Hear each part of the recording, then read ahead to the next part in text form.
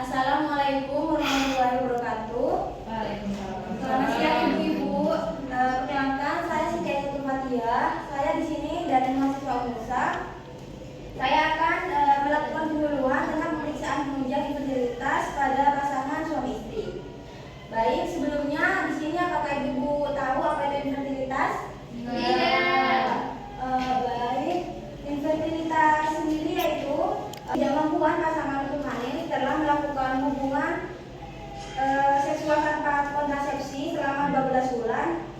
Apa saja penyebab infertilitas? Pada pria yaitu gangguan produksi sperma seperti varikoser, gangguan hormon, dan pada wanita gangguan ovulasi, sumbatan tuba, endometriosis, dan gangguan hormonal.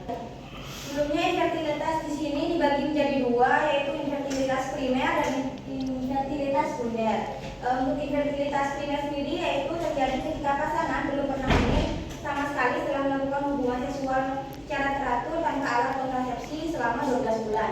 Dan untuk infertilitas sekunder yaitu ketika pasangan sudah mempunyai bayi, sudah hamil, dan selama 1 tahun melakukan hubungan tanpa kontrasepsi tidak bisa hamil lagi.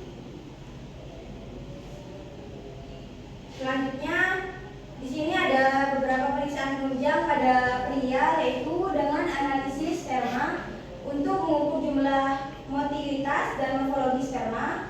Ada USG skrotum yaitu untuk menilai kondisi testis dan saluran sperma, dan ada tes hormon untuk mengevaluasi kadar testosteron, FSH, dan LH. Untuk pemeriksaan penunjang pada wanita ada USG transvaginal untuk melihat kondisi rahim dan ovarium, ada HSG untuk melihat patensi atau keterbukaan tuba falopi, dan ada tes hormon LH, FSH, dan prolaktin AMH. Ada juga laparoskopi yaitu untuk tindakan bedah minimal invasif untuk melihat kondisi organ reproduksi. Baik, selanjutnya apa saja manfaat dari pemeriksaan dini? Yaitu yang pertama untuk mengetahui penyebab infertilitas secara akurat sehingga penanganan bisa lebih tepat sasaran. Yang kedua untuk meningkatkan peluang keberhasilan kehamilan melalui terapi atau tindakan medis yang sesuai. Dan yang ketiga untuk mencegah komplikasi lebih lanjut seperti penyumbatan, saluran reproduksi, atau gangguan hormonal yang makin parah. Terus kapan harus melakukan pemeriksaan infertilitas?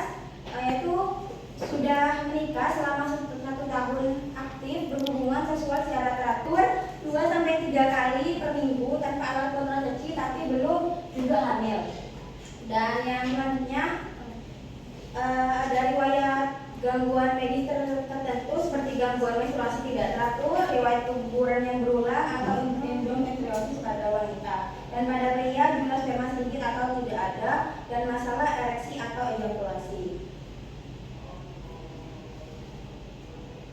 Jadi pentingnya pemeriksaan dini yaitu untuk deteksi dini dapat menentukan arah pengobatan dan peningkatan peluang keberhasilan kehamilan. Konsultasi dengan dokter spesialis sangat dianjurkan bagi pasangan yang belum berhasil hamil setelah berhubungan selama 1 tahun tanpa kontrasepsi. Jadi apa yang harus kita lakukan dengan pasangan? Yaitu bicara dari hati ke hati dalam suasana tenang dan kondusif, lalu hindari saling menyalahkan, fokus pada jalan keluar. Baik, apakah ibu-ibu sudah paham? Sudah. Baik, ibu-ibu apa ada pertanyaan terkait materi yang sudah saya paparkan? Tidak. Kalau tidak ada pertanyaan, di sini saya akan melakukan evaluasi terlebih dahulu, yaitu jadi ibu-ibu pemeriksaan penunjang pada wanita kita bisa melakukan apa saja? USG, tes hormon, laparoskopi. Baik, untuk pemeriksaan penunjang pada pria